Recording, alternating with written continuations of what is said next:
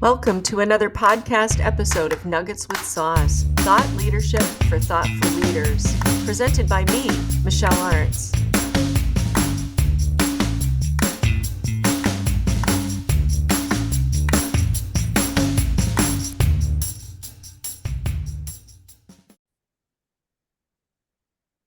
Well, hey, and welcome to this episode of Nuggets with Sauce. I am your host, Michelle Arntz, and O-M to the G, I have got Jaidin McCann with me here today. Jaidin, hello, beautiful person. Look at you with your slick, wonderful background and your wonderful you.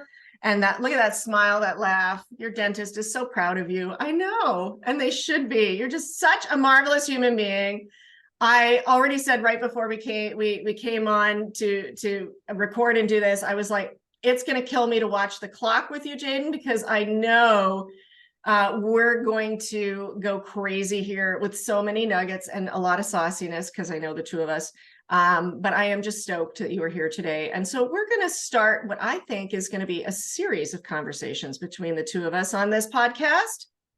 But right before we get down into the meat of the matter, dare I say, we should have you properly introduced. So, as I always like to say, we're not doing any sort of job titles here on this show. So, can you tell our watching and listening audience, Jaidin, what is your magic mojo in this world? What are you here to do and make better in business? Yeah. Oh my gosh. Thank you, Michelle. That was the warmest introduction I've ever had and probably will ever have. I appreciate you immensely. Thank you for having me. Yeah, my name is Jaidin, and I really set out to improve the world by improving our leaders through executive search. And I also really want to drive overall organizational success, improving the productivity, the engagement, the confidence in people to do their jobs and do them well, and really drive the bottom line so that companies and leaders can be successful. And by golly, it starts at the top. So doing, finding the right leaders, those executive seat people. Hello, if we don't have buy-in from them, we got nothing. So I love what you're doing in this world. Now, the other question I always like to ask is a little warm up again, right before we get into the sauce and the nuggets. What's a recommended read, watch, or listen you've got? Yeah, I would say the book, The Only Leaders Worth Following by Tim Spiker. I think everyone who is a leader, is not yet a leader, wants to be a leader. I shouldn't even say leader. Everyone can be a leader, even if you're not in a leadership position. Let me start Even there. if you're pulling them right off the damn cliff. They'll follow you. You're an idiot, but they'll follow you if you lead them. Absolutely. So I highly, highly recommend that book. Awesome. Wonderful. I'm going to have to check that one out for myself. I have not seen that or, put my eyes on that one yet. Fantastic. Well, I know we are going to unpack a extra heap and helping of nuggets today. Got any flavor sauce to go with this? I think we're going to get spicy. That's my take, but you tell me. What are you feeling about this? I would say spicy. Yeah. I'm getting some good spicy gets going on here, and I like it. I keep thinking I should probably be having like a glass of milk with me when I do this, just to, kind of ease it down a little bit. Oh, I love that. Yeah, no, it's going to get... helps. All right, well. We did our jobs right. Right. Well, let's not quite go there today, but let's see how far and wide we can go in this conversation today. Because I love every time I talk with you, and we talk, a lot about leaders, and we got to find the right leaders, we got to develop the right leaders. In my first episode, pay attention to that, 60 billion with a B plus dollars spent on leadership, and for what? I think most people think their leaders are crap. They're not doing a good job. They're struggling. People are having a hard time with this. So kind of what's your take on that, Jaidin? What are a couple of things you're seeing, especially from that search perspective, when a company's coming to you and saying, we need a great leader at the top? What are you finding are kind of the stuff that just makes you go, wham, damn, what is going on over here? Oh, I love it. I have so many thoughts and opinions on this subject. I would say... Give me the two that just grind your gears.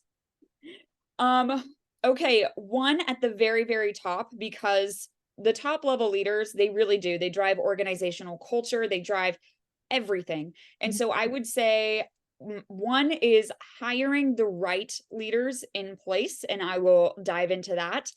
Mhm. Two is starting to develop your leaders at that managerial level so that by the time they get to those directors, VPs, C suites, they Yeah. actually are truly great leaders, not just managers, and that you have a team that wants to follow you, accomplish your goals, your mission. They Right. believe in your values. So those would be the two that I probably have the most Yeah, angst. yeah. We're going to unpack as much as we can in this episode of both. So let's go to item number one, although I don't want to lose sight of on item number two. It's called a pipeline, people. You want a pipeline talent. Wait, I need to say that louder. It's a pipeline. Pipe them. Get them ready. I always say, why are we throwing people in the deep end of the swimming pool and then asking, do you like water? It's absolutely bass-backwards, but there we go. But anyway, before I go crazy over that one, let's go back to item number one. Let's unravel this a little bit further. Let's pick our nugget apart a little bit here and dip in. Tell me more. Absolutely. I would say one core issue we run into commonly that actually with the right data and intelligence tools is pretty easy to identify and correct. It's just having access or maybe even knowledge of those tools, utilizing them, paying for them, whatever the resource blocker may be. But I would say in executive search, which is what my firm specializes in, we commonly see executives looking for leaders that they need to hit certain goals, right? They need to have certain leadership styles to get them from point A to point B, to get along with the company culture, the team culture. And so what we frequently tend to see is executives have a very specific personality that they like to hire, right? We commonly see, I like to use the predictive index as a great tool of measurement. Shout out predictive index. Index. Yes, shout out. But they put teams and people within the teams into 4 quadrants. Yep. And so you may see a bunch of people in these quadrants, that in these 2 quadrants that are really, results and oriented, disciplined, or Yep. innovative, really driving the business forward. But let's say the company goals that they need to accomplish are over here and they're Yep. frustrated, right? And they Yep. bring us on and they say, hey, we need a leader that's going to get us here. Yep. And then I can come in and say, hey, you clearly have a preference to hire these types of people. But these types of people aren't going to get you over here because they're not designed for it. They're not built for it. It's not the quadrant that they sit in. And so it really is a lot of consulting, I would say, to give them that data, right? It's very hard to explain when you don't have the data to back it up, but saying, hey, let's forego the personality style that you want and you're more attracted to in these leaders. And let's actually take a look at their leadership style, at what they do and they prioritize, and make sure that they are the right leader to get you from point A to point B. And I think then we can discuss. Oh, so sorry. Yeah, no, but that's okay. That just fires me up. Like now it's like, which level of spice are we really, how hot can we make this? But that really riles me up because I think you're touching on some really fundamental things that a lot of business leaders are not thinking about. Do you even know who you need? Do you really know? Like you say one thing, but you don't necessarily know if you've got a match to it, which is a major hyper expensive problem when it's like, well, I think I like this personality type, or I want a person with this skill set, but that doesn't mean it's really matched to what you actually need. And if you don't have data, and it's so funny to me, and I don't mean ha, I mean like weirdo funny, how we can connect the dots in so many ways in business on other things. We look at data all the time about all kinds of other stuff. We measure what matters, and yet somehow we consistently and constantly drop the ball on the people data. Because to your point, I had a recent experience, not that we're going to turn this into a predictive index conversation. That'll be another episode because but anyway. But I did work with a VP earlier this year who was doing some work with his top leader team in his department. And that was an eye-opener for him to realize exactly what you were talking about, where very quickly he came to see that what he was trying to get done with this group of people. He didn't have anybody in the right position to do that. They were all busy tripping all over each other because of their other person. You can imagine in IT, like, where are those people's at? Where are their heads at, right? And so taking that moment, making that bit of an investment in time and money and effort to sit back and say, oh my God, no wonder it's so hard for me to make things happen over here because I don't have the right people.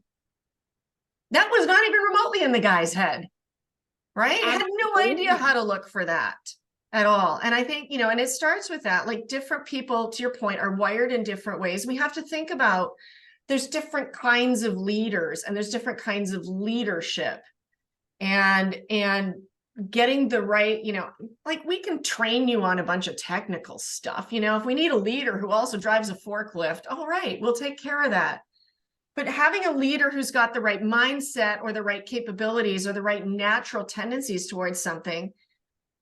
I've been in learning and development for over 20 years, and I don't know how to teach people those kinds of things. It's very, very difficult.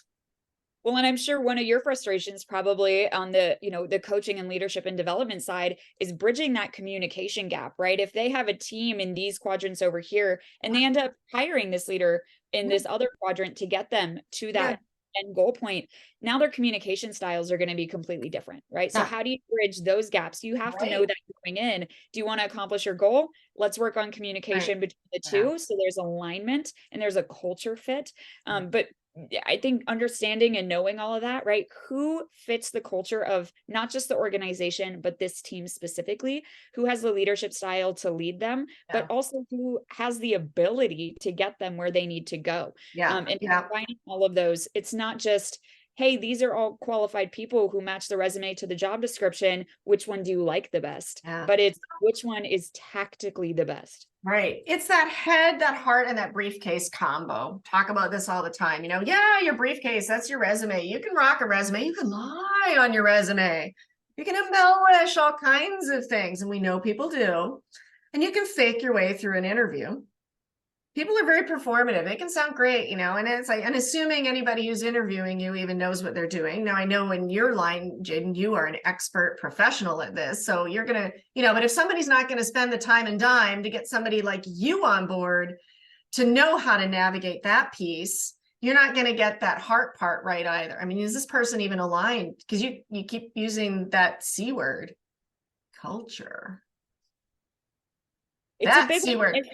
It's a big one, especially because they drive the culture, right? Whoever you bring in is going to make or break your team, your organization. They drive culture from the top down. I feel like that's pretty common in business. Everyone knows that by now. You like to think. Yeah, and you don't get do-overs. If you bring in the wrong person, your top performers will leave because they can. And now they won't put up with that crap. Yeah. And culture, as the old saying goes, culture eats strategy. And I say these strategy: breakfast, lunch, dinner, dessert, and snacks in between. So if you don't have that alignment, you're in big trouble. And then that head part is what's that motivator, that driver, that personality stuff that it's so hard for us to ask good questions to figure out, are you the right kind of personality? Who's going to fit our culture? Who's going to, be the right butt in the right seat in our business? It's hard to ask good questions when you're trying to figure out who should I hire. And then it's like, it's really hard for the candidate, whoever they are, to answer that. Like, gee, Jaidin, what makes you you? Why are you the way, what are your motivators? What makes you tick? Those are terrible questions to ask. And I did that on purpose, but I'm just saying, like, good luck, right? Yeah. So it starts right there. It's like, and even getting the existent leaders to think about, like, do you find that a lot of them are even really thinking about, who are we supposed to get in? Where are we trying to get? Because I just find I think even at some pretty high levels, there's still a lot of like, you rock a spreadsheet. Great. You're promotional material. I would say people have become more conscious of this, not necessarily using the data, but definitely having a strategy for executive level leaders of, okay, who is it that we need? What's the ideal profile we want to go after and why? And where are we trying to get to, right? What do we need this person to do? I think because you fill out the job description usually prior to hiring for it, it kind of sets that mindset of what does that 30, 60, 90 days look like? What do we need them to be competent in? Right? Are they building out this team? We probably need them to have built out a team before. So Another C word that I really like, competencies. What does it look like, sound like, feel like to succeed in this role?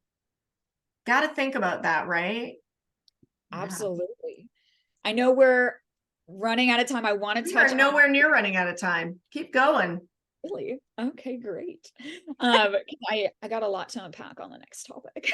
Well, we listen, we know we have a ton to unpack on this topic. We're just getting warmed up, we're just getting the first batch of nuggets going on this one. I promise.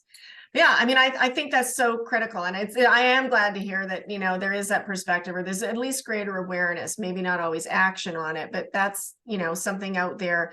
I think, sometimes for smaller organizations, maybe it's not on the radar so much, but it is mission critical, because that's a very expensive mistake to make. If you get the wrong leader in the wrong seat at the top, as the old saying goes, a lot rolls downhill, and it'll roll down fast and smell shitty. It does. Oh, I apologize. It absolutely does. It also really affects retention, which is something I pride myself on, is not just the attraction and the hiring of these executives, but the actual retention of these executives to have them stay long enough to really drive that long-term organizational success. Yeah. And if you put someone in that seat that's not a fit, they're going to leave. You're going to have this problem all over again. It's expensive to hire, to onboard, to train, all of these things. And so really getting it right and making sure we're not just hiring the right leader for right now, but we're looking ahead. And that is the part I think most executives are falling short on currently, right? I think we caught up to the year, to maybe 5-year strategy. Why not assume they're going to stay more than 5 years, right? Where do we need them to be after this? How can we then develop them? Or if they need it, right? Let's, in the interview process, in the hiring process, say, this is where they're going to take us. Right. How do we develop them for after that point, right? If you're a sales executive and you build from 0 to 1 million, right? Do we want them to leave? They know the sales better than anybody's ever going to probably know them. They built it from I hit scratch. that mark, and now we're done. I so love what you're saying. I was talking to a prior guest as well, similar kind of thing. This is a long game, people. Leadership in particular needs to be a longer game than what we're seeing. And if you lose sight of the fact, it's your point, like, why would you go like, well, we hit this whatever number, we hit a goal, we lost sight of the bigger picture. Like, again, why would you want to go and pay a whole pile extra and throw everybody off the rails, by the way? Because every time you have turnover, it's like a really bad dance. It's like 2 steps forward, 1 back, and slightly to the side, and I'm tripping over myself. So there's that thinking of, look, why would you not want to have somebody stay longer, especially if they are great in position and they are right and they're moving the business forward, as opposed to these short cycles and short term thinking that we've got. The bigger picture could be, why wouldn't you want to keep somebody 5 years or more? Just because the numbers are saying people are turning over. And why are the numbers so low on retention? Because the retention piece, to your point too, is like, I think sometimes companies are so focused on the attraction part. It's a battlefield out there. There's talent, and we have to fight for it. Well, once you've got it, what are you doing with it? This is kind of like saying I put all my effort into dating, and then once I got the guy or the gal or whatever it is, well, then screw it. Now I get to be a slob, and I never clean myself up, and because I got them. It's like, no, that is not a recipe for a great long-term relationship, and it's not a great long-term relationship dynamic in the work world either. It shouldn't be all up front, and then the honeymoon's over, baby, and now it's just crap. Absolutely. The dating doesn't stop there. Dating shouldn't stop in marriage, just like the attraction shouldn't stop on the hire. The retention piece is huge, especially at these leadership levels. Your leaders are going to recognize your top performers, your high performers. They're most likely going to bond with them the most, spending the most amount of time with them. They may give multiple promotions to them throughout their career. That leader is now going to say, hey, this person had a huge influence on my career. And if that leader leaves, guess who he's taking or she's taking with them? Your top performers are going to go out the door. So let's not only retain your executive level leaders, let's retain your lower middle level leaders, your IC people that are leading the organization from the bottom up.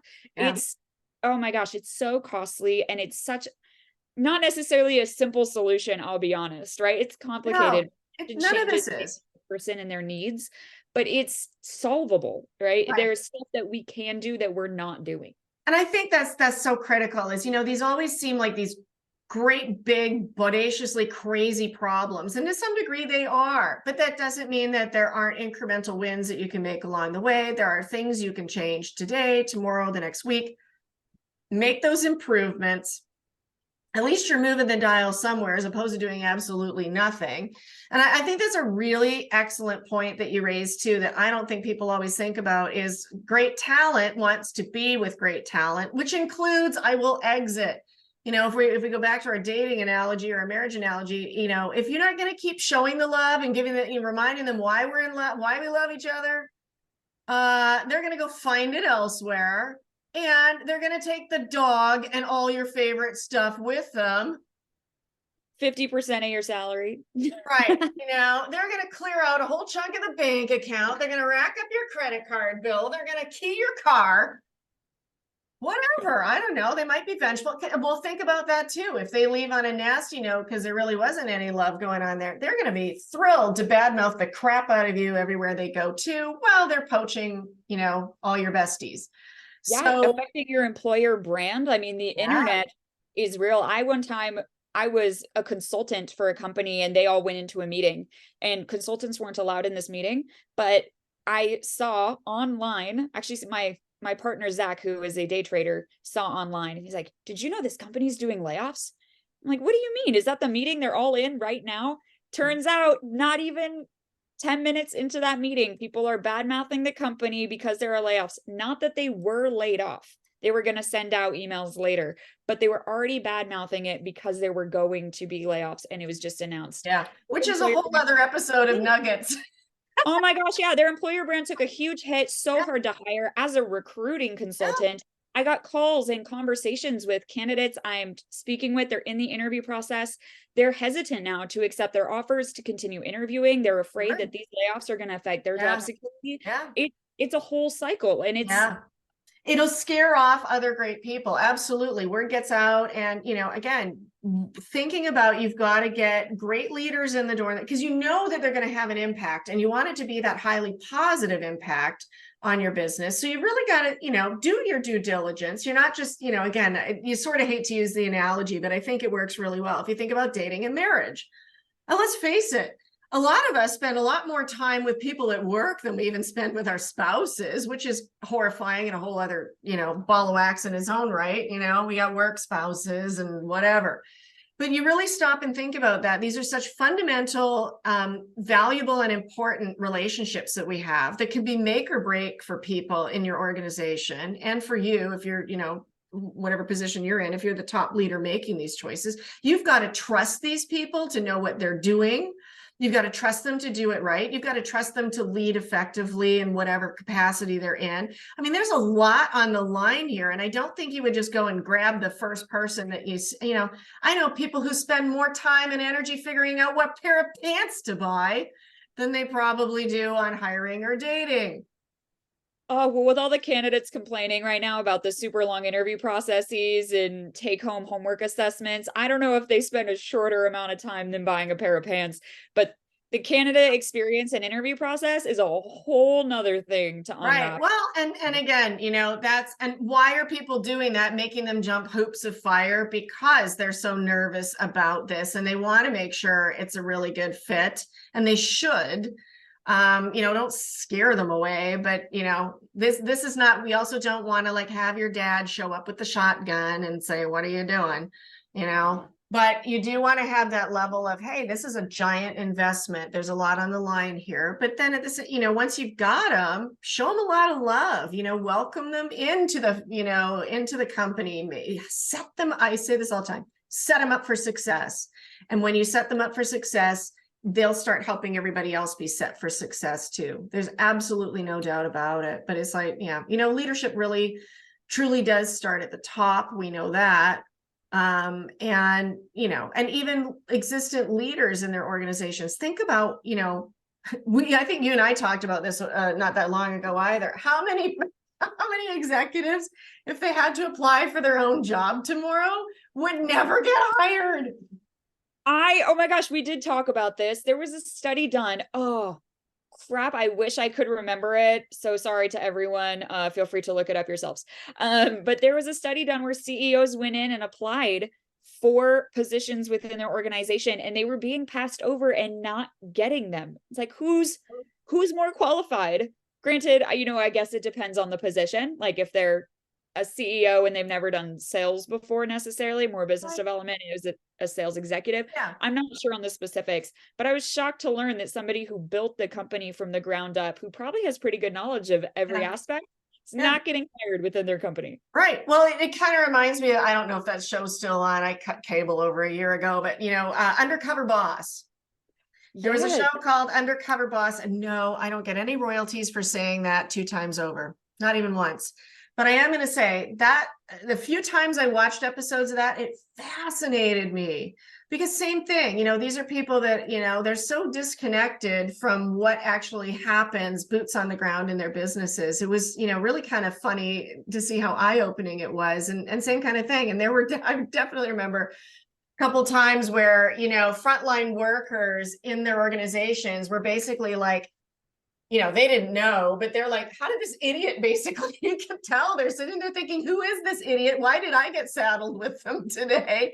This is what we're hiring these days. Oh my God, it's a train wreck for these people. So get more aligned and embedded for yourself as a leader too, in terms of, are you living up to the competencies, the culture, the alignment piece? Are you well aware of your own personality, your preferences, your strengths, your drawback, like any of those data point things about what's going on up in your pretty little head that is either making things better or getting in the way of things being better in your business? If every leader in every organization should be, if you're not already doing that, really ought to be focusing in on that, on top of anybody like maybe they're trying to bring into the fold or trying to bring up within the organization, and prep them for that shit, right? Like if you want somebody, why would you go outside?